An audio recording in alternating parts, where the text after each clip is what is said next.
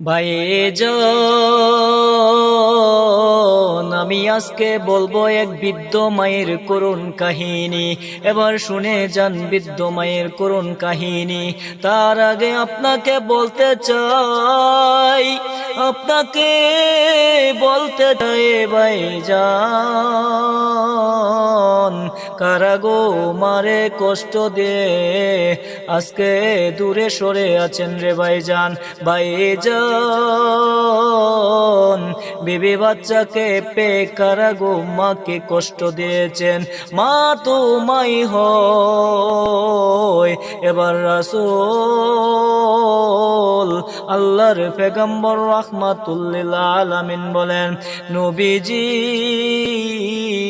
কাঁদে আর বলে, যে সকল উম্মতেরা মাকে কষ্ট দেবে, যে সকল উম্মতেরা মায়ের পায়ের নিচে জান্নাত বিশ্বাস করবে না, যে সব উম্মতেরা আমার মাকে কষ্ট দিবে, তোমরা জেনে রাখো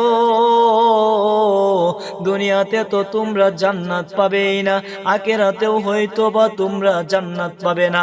কেন না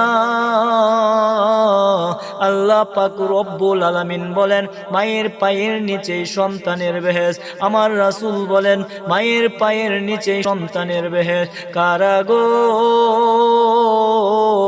মাকে এত কষ্ট দিয়েছেন, যে কষ্ট মা সহ্য করতে পারে নাই। কে গো মাকে ভালোবাসবেন, তার বদলে বৃদ্ধাশ্রমে রেখে এসেছেন। ভাইজান, মা জীবিত আছে তো আপনার জান্নাত আপনার পৃথিবীতে রয়েছে। শুনেন এক করুণ কাহিনী, মায়ের ভালোবাসা। এক মা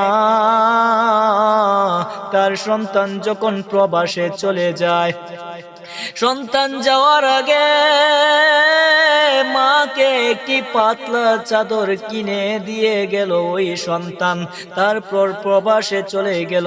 প্রবাস থেকে ওই সন্তান আর ঘুরল না, আর ফিরল না। মায়ের কাছে আর খবর আসে না। ওই মা একদিন লোকজনকে জিজ্ঞেস করলো, আমার ছেলে কোথায়?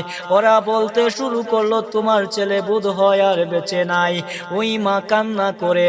একদিন শীতের বেলায় ওই মা ওই চাদরটা মুড়ি দিয়ে শুয়ে আছে। পাড়ার ছেলে মেয়েরা বলতে শুরু করলো, বুড়ি মা, আপনার কি শীত লাগে না গো মা? আপনি ওই চাদর এইভাবে গায়ে দিয়ে কেমনে শীত কাটান গো মা?